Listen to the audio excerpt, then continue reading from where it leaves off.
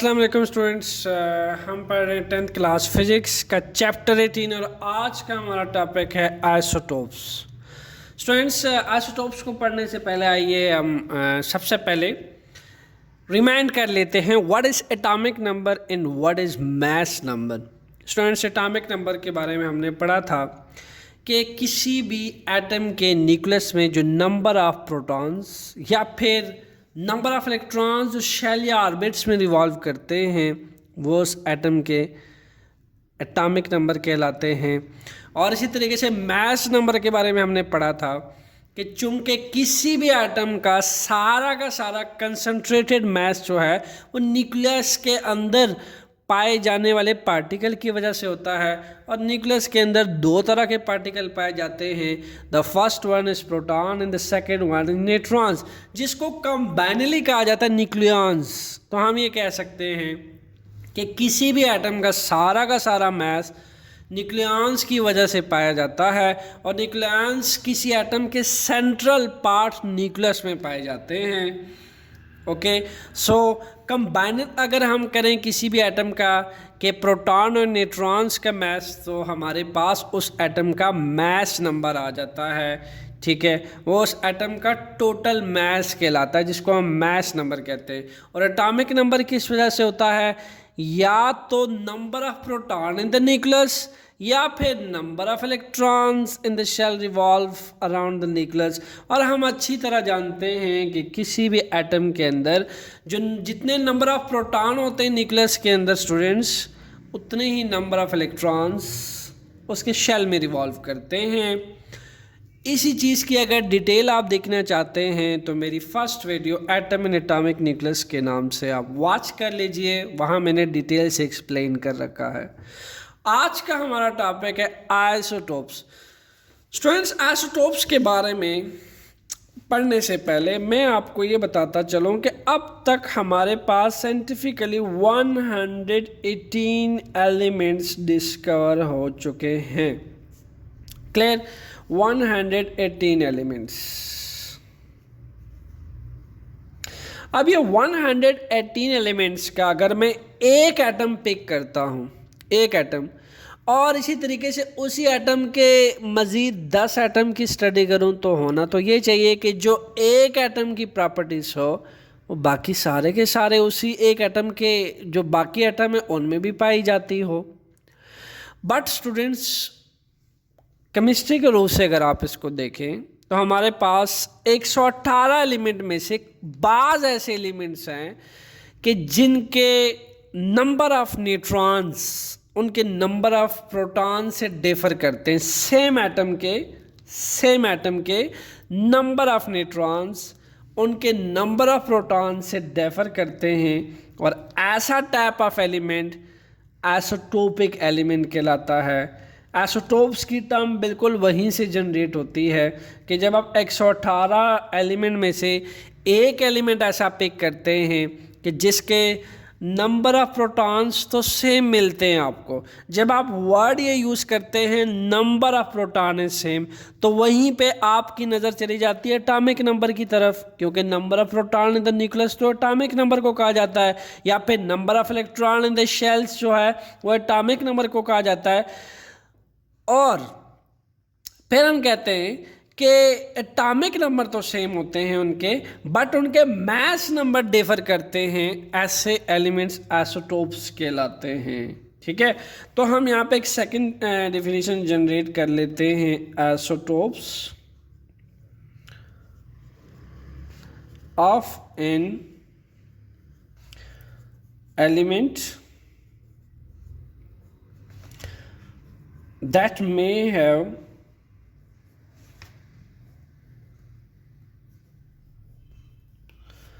same atomic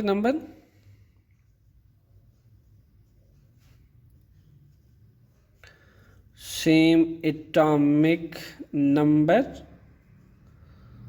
अब यहाँ पे जब वर्ड यूज़ किया जाता है एटॉमिक नंबर, तो अंडरस्टूड सी बात है कि उनके नंबर ऑफ प्रोटॉन्स और नंबर ऑफ न्यूट्रॉन्स सेम होते हैं। नंबर ऑफ प्रोटॉन्स की बात हो रही है न्यूक्लियस के अंदर, या फिर नंबर ऑफ इलेक्ट्रॉन्स की बात हो रही है जो शेल में रिवॉल्व कर रहे हैं students.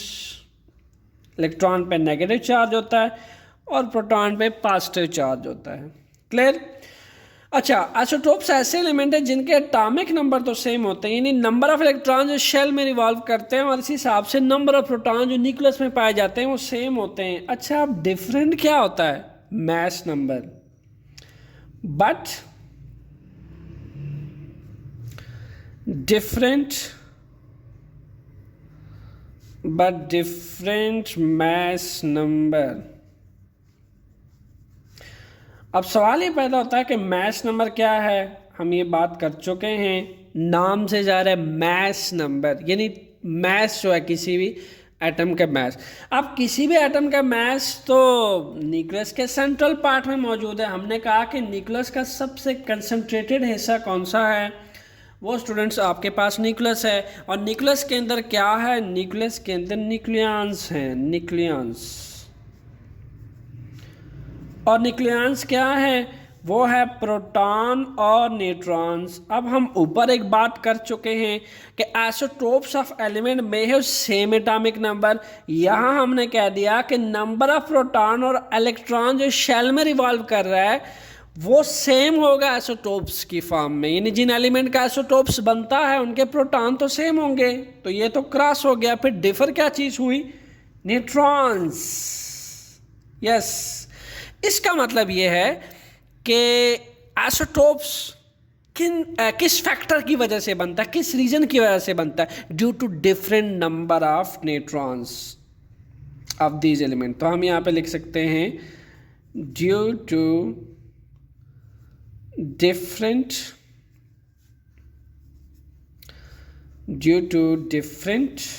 number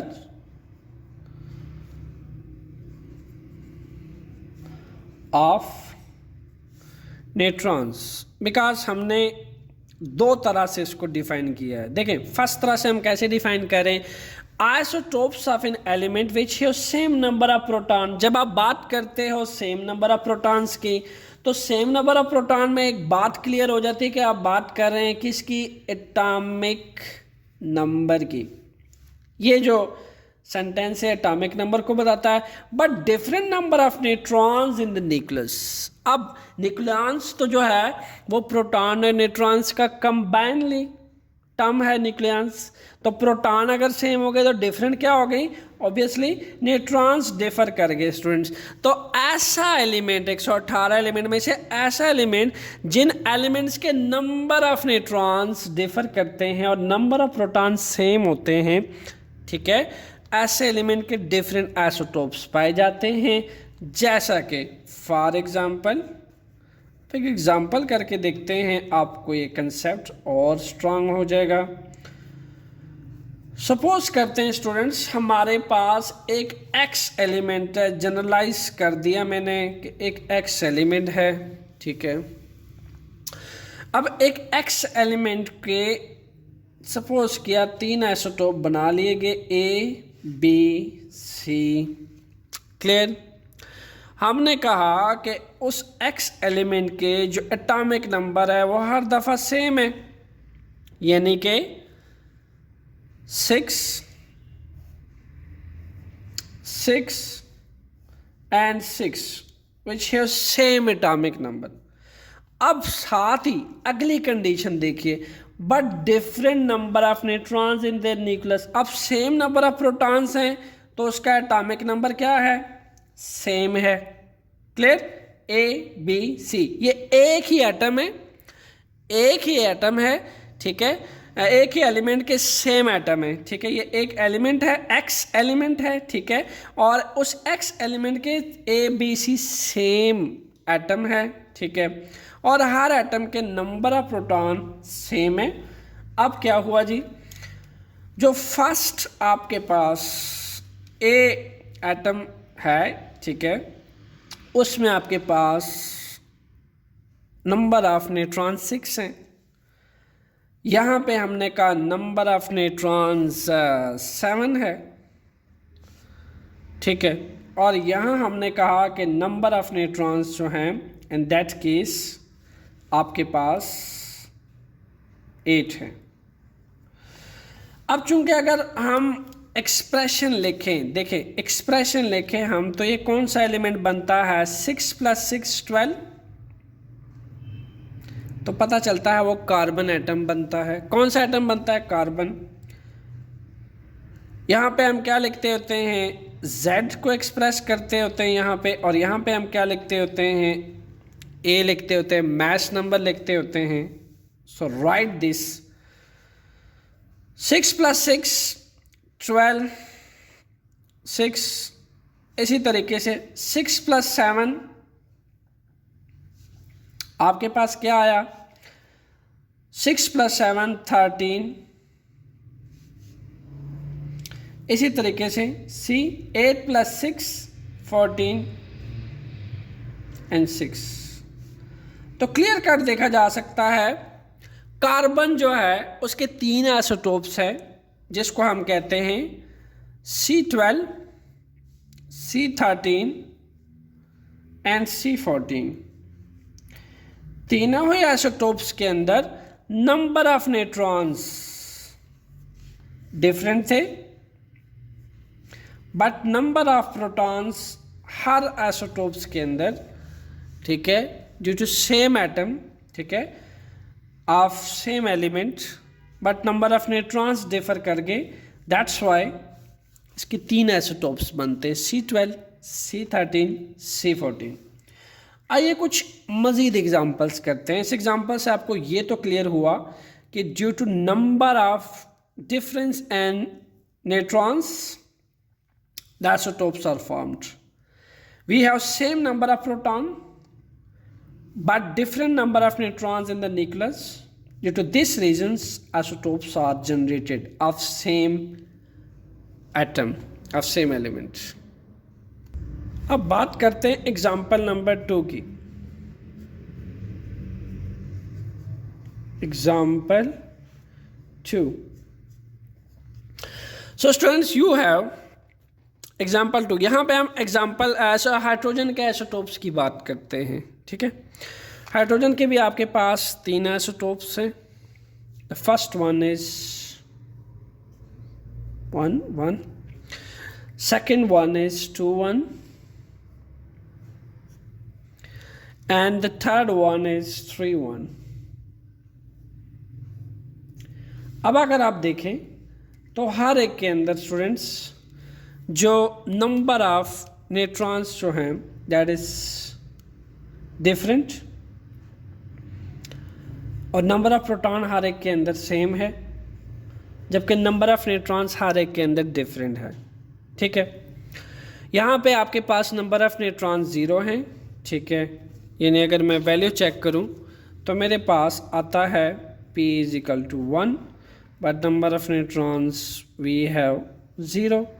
That's why we have mass number 1 + 0 1। Similarly, अगर आप सेकेंड आइसोटोप्स हाइड्रोजन का चेक करते हैं, in that case मेरे पास number of proton is same but number of neutron is 1. It changed from previous case. Again we have number of proton is same but number of neutron is 2. तो यहाँ पे again हमारे पास definition clear हो जाती है, due to difference in number of neutrons but same number of protons we the isotopes are formed, different isotopes are formed of same elements. So यहाँ पे आपके पास इसको कहा जाता है protium, so this is known as deuterium. ड्यू जो नाम दिया गया है इसको 2 मैच नंबर की वजह से, protium pro for 1, due for 2, tri for 3, tritium. These are the 3 isotopes. आइए अब एग्जाम्पल 3 करते हैं इस पे। एग्जाम्पल 3, 118 एलिमेंट में से क्लोरीन का शुमार भी होता है, जो कि डिफरेंट सेम एलिमेंट्स है और डिफरेंट एटम फॉर्म में पाया जाता है क्लोरीन। और क्लोरीन के स्टूडेंट्स आपके पास दो आइसोटोप्स बनाए जा सकते हैं। The first one is Cl35 and Cl37। अब ये अंडरस्टूड सा केस है कि आपके पास जो क्लोरीन का एटॉमिक नंबर है दोनों केसेस में दैट इज अबाउट 17 प्रोटॉन है, दोनों केसेस में 17 प्रोटॉन्स। अब इन दोनों केसेस में हमारे पास डिफरेंट नंबर ऑफ न्यूट्रॉन्स होंगे। अगर आप इसका Cl35 आइसोटोप्स देखें then it is about 18 neutrons in that case we have 20 neutrons. So this is the isotopic explanation of chlorine atom.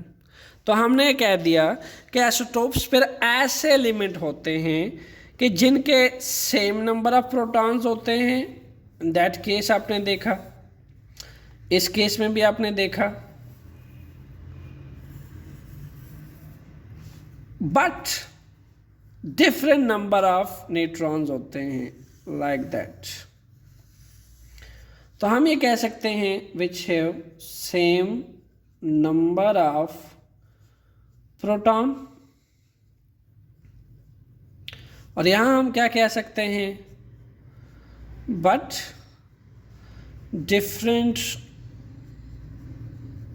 Different number of neutrons. Clear? Similarly, same number of protons but different number of neutrons. दूसरी तरह से आप कह सकते हो which may have same atomic number, क्योंकि atomic number कहाँ से generate होता है, number of proton in the nucleus या number of electron in the shells revolve around the nucleus। तो आप कह सकते हैं in any atom we have number of proton and nucleus and number of electrons and the shells revolve around the nucleus, both are equal in any neutral atom at initial stage. Clear? So इसलिए अगर आपको ये चीज़ दे दी गई है तो that is actually the number of protons or number of electrons also। हम ये कह सकते हैं इसका सेम एटॉमिक नंबर है। तो यहाँ से हम कह सकते हैं which have same atomic number, और अगर इसका हम मैच नंबर देखें तो इसका मैच नंबर है 35 और इसका मैच नंबर है 37।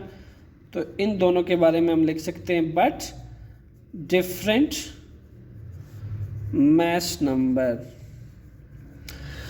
So this is some conceptual explanation of isotopes.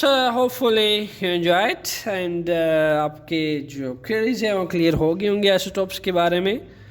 हमारा next topic होगा natural radioactivity. I will make you more interesting for you. Stay tuned. Thanks a lot.